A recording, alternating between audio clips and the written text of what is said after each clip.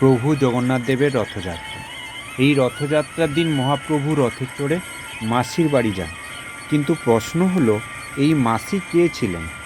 বিষ্ণুর পরম ভক্ত ছিলেন মহারাজা ইন্দ্রদ্যুম্ন।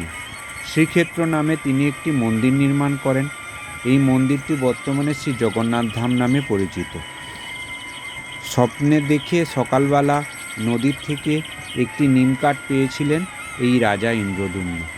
সকাল সকাল স্বয়ং বিশ্বকর্মা এই নিমকাঠের মূর্তি করতে এলেন ছদ্মবেশে একটি বৃদ্ধের রূপ ধারণ করে।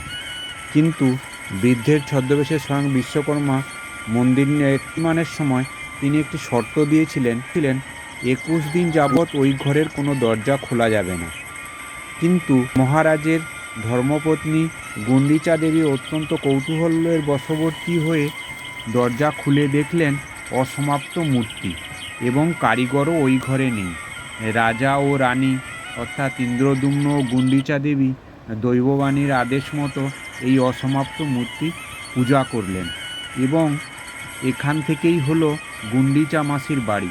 শ্রীক্ষেত্র থেকে এই মাসির বাড়ি রথযাত্রা মহাপ্রভু জগন্নাথ দেবের আগমন হয় এবং সেখান থেকেই মাসির বাড়ি আসেন জয় জগন্নাথ, জয় জগন্নাথ, শ্রী জয় জগন্নাথ মহাপ্রভু।